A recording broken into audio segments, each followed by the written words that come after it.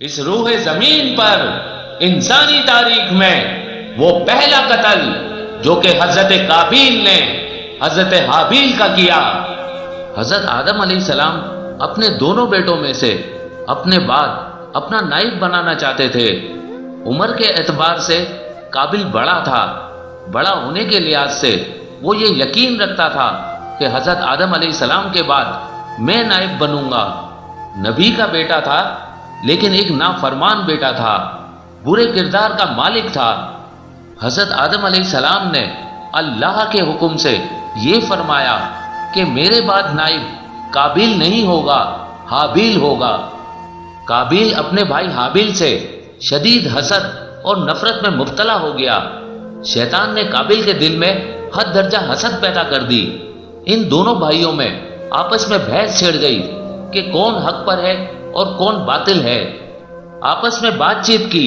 قابیل کہتا ہے میں حق پر ہوں اور میرا یہ حق ہے کہ میں نائب بنوں۔ حابیل کہتا ہے کہ نہیں، اللہ جو فیصلہ کرے گا وہ منظور ہوگا۔ یہ دونوں یہ فیصلہ اللہ پر چھوڑتے ہیں۔ اس زمانے میں لوگ اللہ کے نام پر قربانی دیتے تھے۔ قرب یعنی حق کے قریب ہونا۔ جو حق کے قریب ہوگا وہی اللہ کے قریب ہوگا۔ تو دونوں نے طے کیا کہ ہم دونوں قربانی دیں گے۔ جس کی قربانی اللہ نے قبول کر لی اس کا مطلب وہی حقدار ہے۔ قابل پیشے کے لحاظ سے کھیتی باڑی کرتا تھا اور حابیل چرواہا تھا۔ اب دونوں میں یہ طے ہوا کہ دونوں اللہ کے حضور اپنی اپنی قربانی پیش کریں گے۔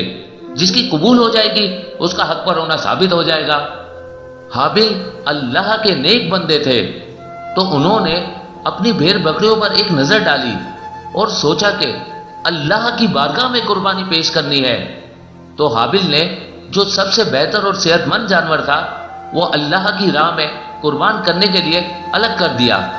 میں اللہ کی راہ میں یہ پیش کروں گا کیونکہ اللہ کی راہ میں قربانی دینی ہے۔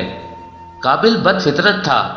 اس نے اپنے مزاج کے مطابق اپنے اناج میں سے چھانٹ کے جو سب سے خراب اناج تھا وہ اپنی قربانی کے لیے الگ کر لیا۔ تو ایک طرف حابیل نے اپنی قربانی الگ کر لی ہے اور ایک طرف قابل نے اپنی قربانی کا سامان الگ کر لیا ہے۔ اس وقت قربانی کی قبولیت کا یہ طریقہ ہوتا تھا کہ لوگ اپنی اپنی قربانیاں اللہ کی راہ میں پیش کر دیتے تھے۔ آسمان سے ایک بجلی ایک آگ آتی تھی اور قربانی کی چیزوں کو کھا جاتی تھی۔ یعنی کہ آگ نے جس چیز کو کھا لیا ہے وہ قربانی قبول ہے۔ اب دونوں نے اپنے لیے قربانی کے چبوترے بنائے۔ حابیل نے اپنی قربانی رکھی، قابل نے اپنی قربانی رکھی۔ دونوں اب ایک دوسرے کی طرف دیکھ رہے ہیں۔ اب دونوں آسمان کی طرف دیکھ رہے ہیں۔ اب دونوں منتظر ہیں کہ آسمان والا بتائے کہ کس کی قربانی قبول ہونی ہے، کس کی قربانی رد ہونی ہے۔ آسمان سے آگ آنی ہے، جس کی قربانی پہ گر جانی ہے اس کی قربانی جل جانی ہے، اور اس کا مطلب کہ اس کی قربانی قبول ہو گئی۔ ادھر حابیل کھڑے ہیں، ادھر قابیل کھڑے ہیں، دونوں اپنی اپنی قربانیاں پیش کیے ہوئے ہیں کہ اچانک اوپر سے ایک آنکھ آتی ہے۔ دونوں کی نظر اس آنکھ پر ہے کہ آنکھ کس چبوترے پر گرتی ہے۔ آنکھ آئی، آنکھ حابیل کے دمبے کو بھسم کر گئی۔ قابل دیکھتا رہ گیا۔ قابل کے چبوترے پر اس کا اناج ویسا کا ویسا پڑا رہ گیا، یعنی قربانی قبول ہو گئی حضرت حابیل کی۔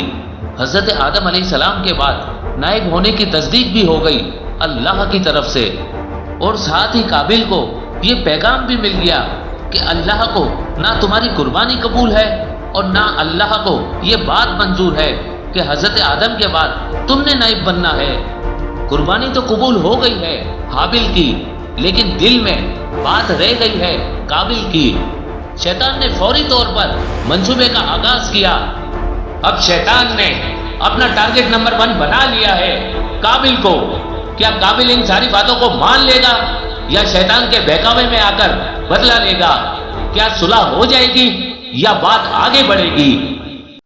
حضرت آدم علیہ السلام کے بیٹے قابل نے شیطان کی راہ اپنائی۔ قابل نے اپنے سگے بھائی حابیل سے کہا میں تجھے قتل کر دوں گا، میں تجھے مار ڈالوں گا۔ حابیل دیکھتے رہ گئے کہ بھائی یہ کیا کہہ رہا ہے، کیوں کہہ رہا ہے، حالانکہ میرا تو کوئی قصور بھی نہیں ہے۔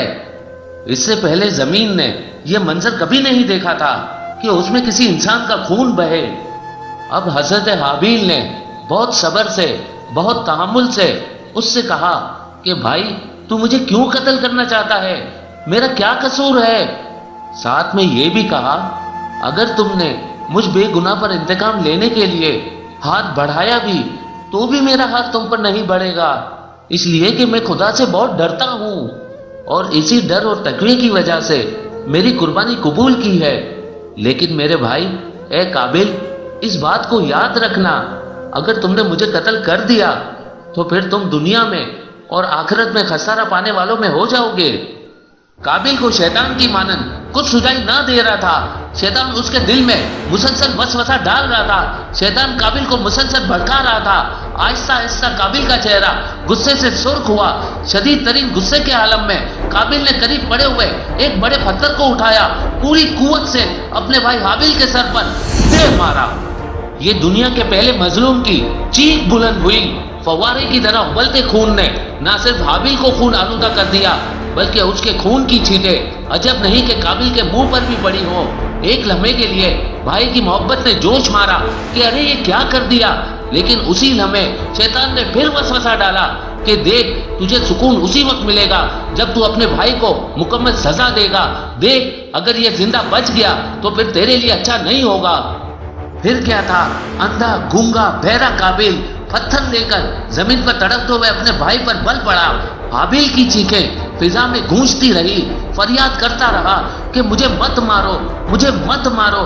ہر فریاد کے ساتھ سنگ دل قابل پھر سر کچلتا رہا۔